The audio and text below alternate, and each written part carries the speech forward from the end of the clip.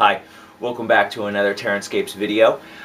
Today I wanted to do another update on the what I'm labeling as the cliff project, although I haven't really done any work on the cliff yet per se, just that preliminary work that I showed in the previous video.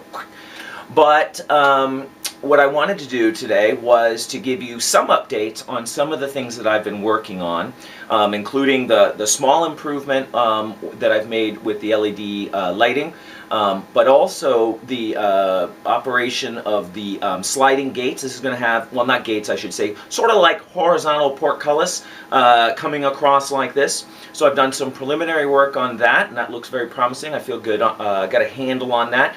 So we'll talk about that. And the customer added a sort of goal for the project of perhaps having a couple lava flows on it. So, of course, if I'm going to be doing all this lighting with the Arduino board, then I might as well light the lava, right? So, of course, why not? So what I've done is some very preliminary work looking at a new material for casting. And I'd like to show you that, talk about some of my experience with it, and some of my plans for the lava effect. So, plenty to cover, so I better get to it. So, if I want to light the lava, I'm going to need a clear substance to blah, blah, blah, blah, blah, have the light come through the bottom. Now, I've thought about trying to use vacuum plastic, clear plastic, and then melting that, and trying to sculpt it. But I think I'm going to be better off doing an actual, mold of what I want the lava to look like, and then casting that in a clear polyester resin. Now, this is one of the few options available for clear resin on the market as far as I know. Smooth-On, which is a company I buy a lot of my mold making materials from, offers a clear casting resin, but they restrict it to, I don't know, like licensed casters or something because of its toxicity, I believe. So I don't have a vapor respirator, and quite frankly, that's fine. I don't want to deal with that, although their products are really good. I decided to go with this. And I picked this up from Dick Blick, I believe, but you can get this at Michael's or any of those other kinds of places. Now, I actually have another clear casting material on the shelf that I have not tried yet. It is a clear casting epoxy, which is going to be very close to clear coat, and I guess I could use clear coat. So why am I using this? I don't know, because I know. You're asking yourself. Sometimes I ask myself. It's because I wanted something that might be flexible. Clear coat, when it's the material I use on the rivers, and when it hardens, it gets a little brittle. So I wanted something that might be flexible when it's done curing, so that I could conform it to a landform that shows the lava flowing down a slope or something like that. This clear casting resin is a two-part compound. It is the resin itself and then the catalyst. Now the catalyst is added. There's a little chart in the back, and the chart is, it directs it based on the thickness of the pour and the number of drops required per ounce for each of these thicknesses, which I find a little confusing how that works, because if I pour an inch thick, I guess perhaps it's internal heat, because it is exothermic. As I've mentioned before, a lot of these materials give off heat when they cure. Maybe the heat catalyzes it faster, so you need less actual catalyst in it. In any case, I'm pouring for this experiment about 1/8 of an inch, a little bit more. So I actually tried 12 drops of catalyst, and then my second experiment I tried 16. So I'm somewhere right in this range. So what happened as a result here? Well, what I tried to do is I tried to cast, it would be nice if it was in frame. Here we go. In frame. I tried to cast out of one of my older molds that is the front piece for the halfling homes. And I just have that mold sitting around and decided to just pour it in there. Now, you'll notice that right away there's some paper stuck to the back of this. And that is because after I demolded it, it still was quite tacky. Actually, it's improved quite a bit today. I've had it under a warming light. But it it was really tacky when I demolded it, even after it had been sitting in the mold for about 12 hours. There's no set cure time presented on the instructions. They say it varies depending on temperature, depending on the amount of catalyst, depending on how thick the pour is, depending on humidity, blah, blah, blah, blah, blah. So they don't have any information on that at all.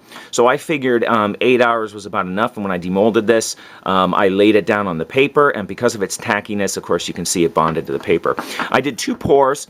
This one is, probably, I'm going to say 1/8 of an inch. It could be 3/16. It's very close. And then I had a little left over, and I poured a very thin layer. So, that is, almost, let's say, 1/16 at the edge here. But, of course, it's a little thicker in the middle, varying in thickness. So I just wanted to see. So one of the things I wanted to do was see about its ability to be bent.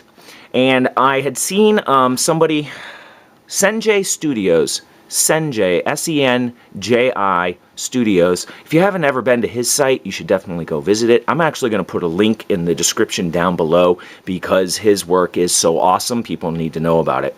But he had done ice flows actually using my rivers. He wanted to try out some of those cast pieces, and he took a clear casting resin, I thought it was this resin, and actually broke it up to make the ice on the top. So I thought this might be kind of brittle when it cures. I'm not sure if he used this exact resin or how much catalyst he added, which may change its properties. But what I did afterwards is I decided to see how flexible it is. It is quite flexible, actually. It's a little bit less flexible where it's a little bit thicker, of course. But what I noticed is that you can see it already happening, is it's got a great recovery to its original shape. So it doesn't actually stay shaped. And I even tried a heat gun on it, heated it up. I mean, this piece, look at how straight it is now. And I had this bent into a U with the heat gun, and it returned to its original shape. So that adds a little bit of a challenge for conforming it to the landform, but I have ideas on that. Then I tried a second pour, same mold, same idea, and mainly the purpose here was to see if I could reduce the tackiness and get it to cure more quickly. This was the 12 drops catalyst per 1 ounce. I poured 1 ounce. This is 16 drops of catalyst, and I put it under a incandescent bulb to warm it. That was about 4 or 5 hours ago, and it is quite cured at this point. There's a very subtle tackiness to the surface, but I suspect in a few more hours that's going to go away.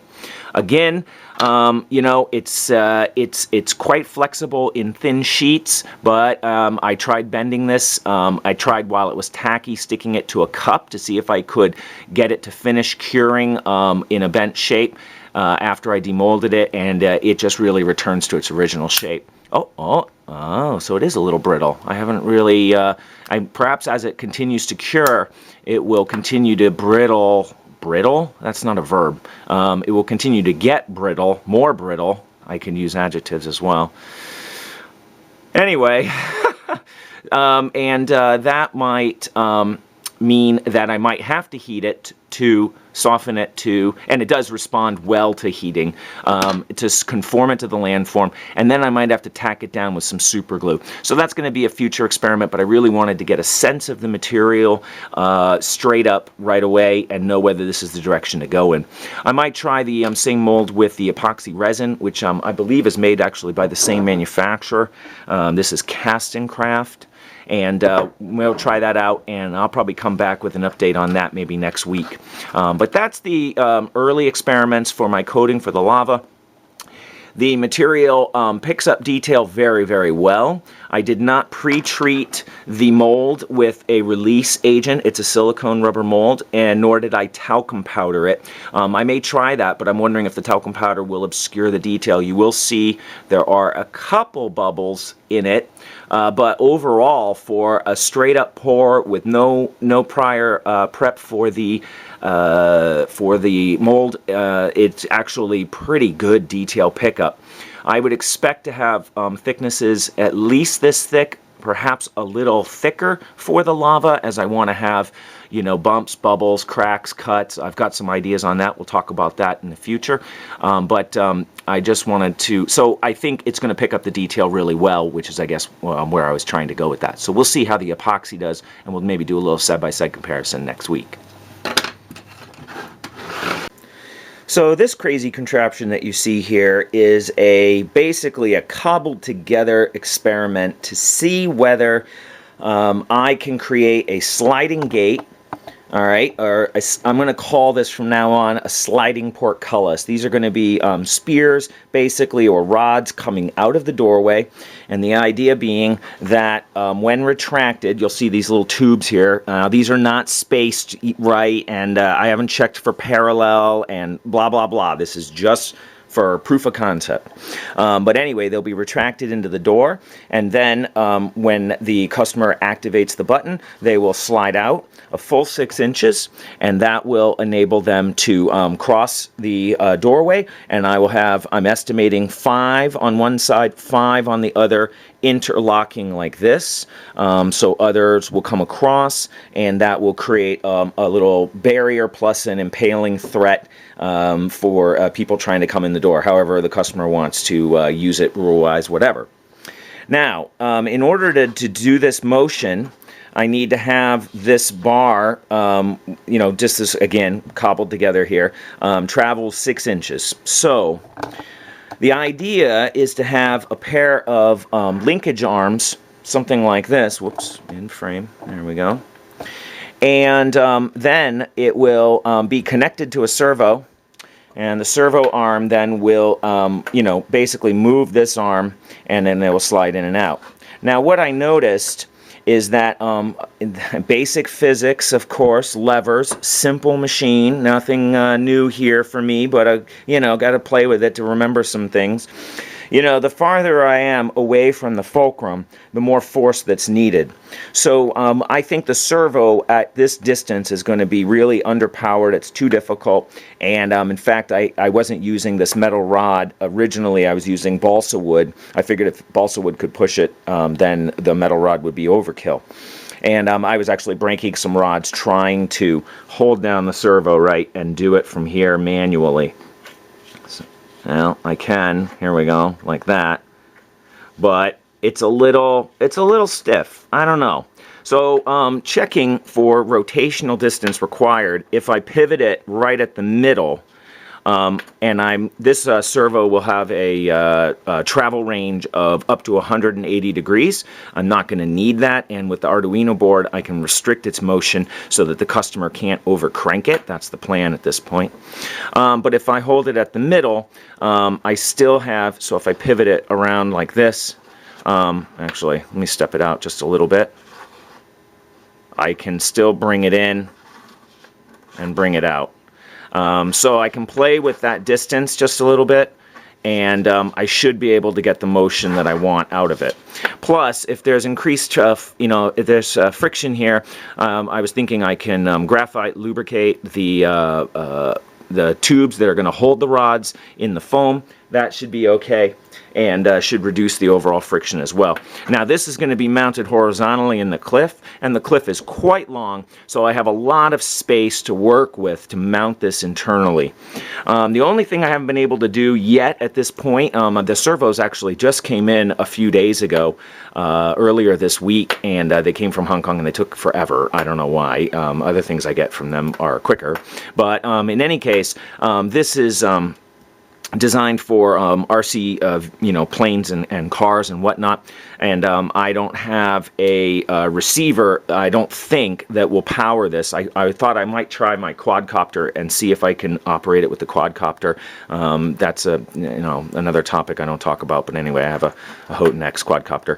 So I might be able to play with the servo before I get the coding done on the Arduino board to control it, at least just to play with this, as then I can fix this and actually have the servo moving it and determine whether it's strong enough. I think it's going to be fine, but we'll know more, especially once I move it up to this height. So that's the idea on the motion for the gates. I just have to adjust the pivot point up here, and then I should be able to move it in and out, and even with 180 degrees, let's say I bring it out way out here. Well, you're probably wondering where the hell my hand is. There we go. You know, it doesn't require more than 180 degrees to make the full rotation, and also doesn't feel like it's going to bind. So I think that's going to work out just fine. It's a simple setup. I can pre-drill, you know, drill these in, mount them in a piece of wood, and I was going to use metal for the linkage arms, hence this one here, but I think I might actually shift to wood, as the wood seems strong enough. This is just balsa wood, and that's been strong enough to do it. So if I upgrade this to basswood, or I actually get some, like, you know, square oak, rods, that would be more than enough strength to handle this. The only thing I was really disappointed in is I got these little linkage pieces, and I thought that these linkage pieces would fit these arms, and they actually don't. So I just have this super glued in, and I just have this press fitted in, but I can epoxy in the joints and make sure that they're permanent in place, and choose a better screw actually to hold them together. This was just, you know, something off the out of the toolbox, basically, just to, again, just to show proof of concept. So anyway, this is the preliminary work on the sliding portcullis for the doorway, and it gives you a sense of how that motion will be achieved, and you know, what the next task will be, which is learning about how to operate servos from the Arduino, as well as trying to test this servo to see if it's strong enough, and we can go from there.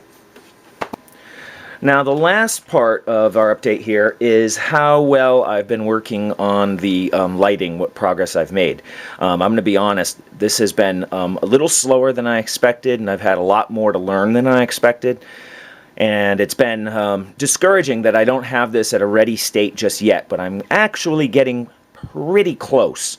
So you'll notice right now that it's flashing. It's flashing at a random interval. So I've achieved controlling the flashing rate. I could fix it at any certain rate. I can have the different colors flash whenever I want. And one of the important things was to be able to change effects. So this is a mock-up just to prove the flicker of the fire. These colors are not the final colors. I just threw in some random colors. I can work on that later. Changing the colors is very easy, but getting it to do other things is the real trick.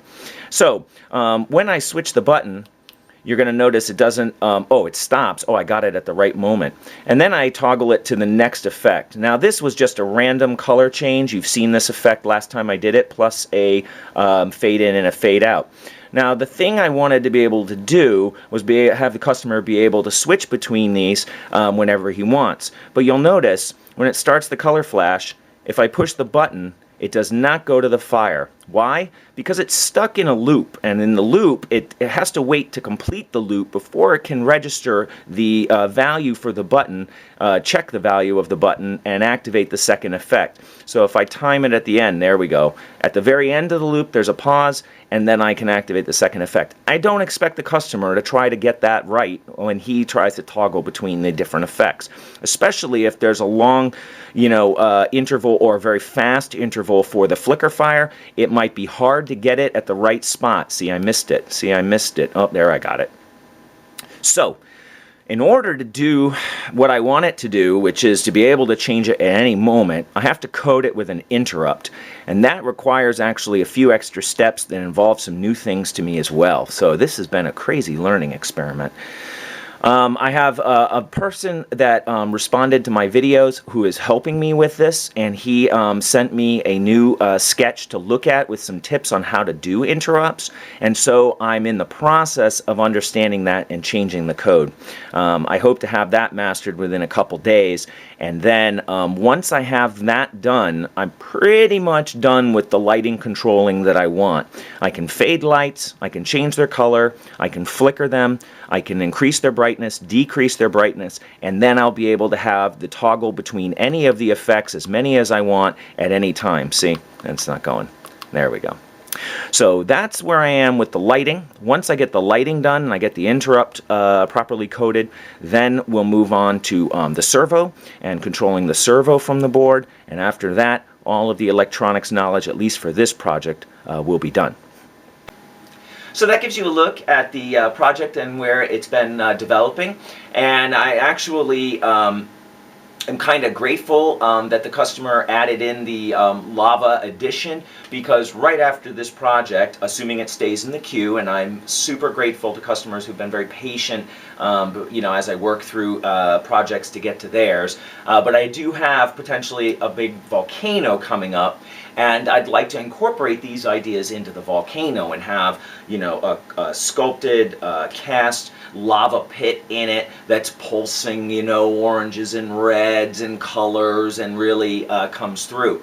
Now, how I'm going to do that effect will be, enhanced and by this Arduino concept.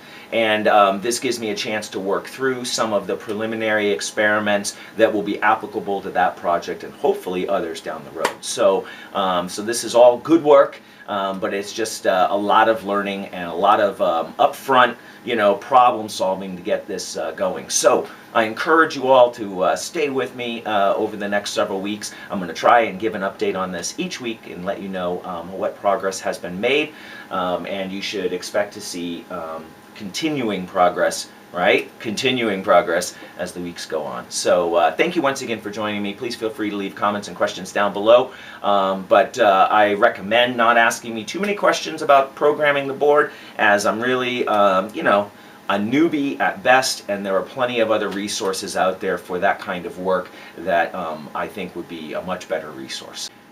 And stay tuned to the channel, as I will have another video coming out very shortly. Working on a new product for the store, a couple new ones, and you might find that interesting. So thanks once again, and I'll talk to you soon.